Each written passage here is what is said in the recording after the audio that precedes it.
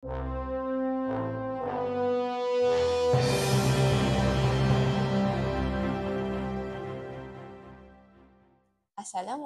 dan selamat sejahtera. Saya Wan Nurul Firas binti Wan Ahmad Naim, pengacara TVP Asas SMK Seri Hartamas.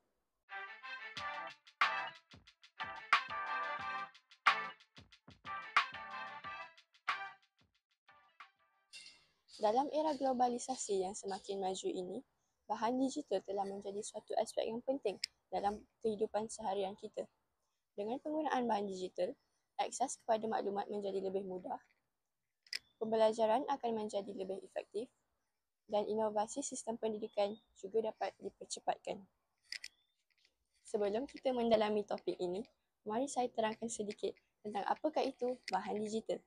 Bahan digital merujuk kepada sesuatu maklumat yang diproses, disimpan ataupun digunakan dalam bentuk digital seperti image, audio, teks dan lain-lain. Bahan digital juga ialah sebarang maklumat yang boleh diakses melalui peranti digital seperti komputer, tablet atau telefon pintar.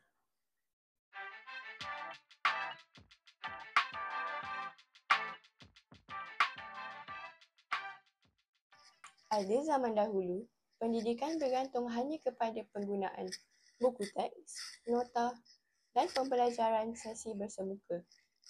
Namun, dengan kemajuan teknologi, sumber pembelajaran dapat diakses secara digital melalui buku elektronik, video pembelajaran di YouTube dan aplikasi interaktif seperti Quizizz, Kahoot, Padlet dan WordWall.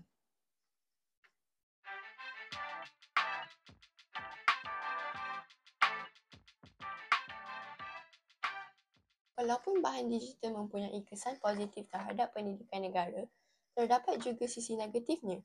Sesetengah murid yang menggunakan bahan digital dalam talian terlalu kerap akan membawa kepada beberapa punca negatif seperti membuang masa bermain permainan dalam talian, mengelakkan pergaulan sosial, mempunyai masalah tidur dan kekurangan aktiviti fizikal.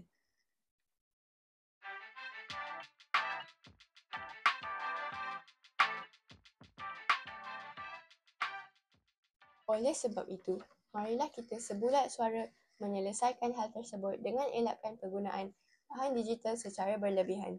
Tetapi bagaimana?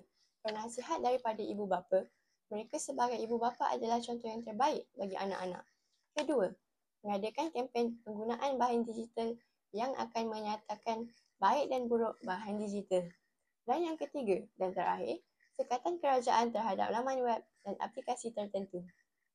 Dengan akhir kata, bahan digital bukan sekadar alat tambahan, tetapi satu revolusi dalam dunia pendidikan. Inilah masa hadapan pendidikan negara kita. Jadi marilah kita bersama-sama terus memajukannya. Sekian daripada saya. Terima kasih.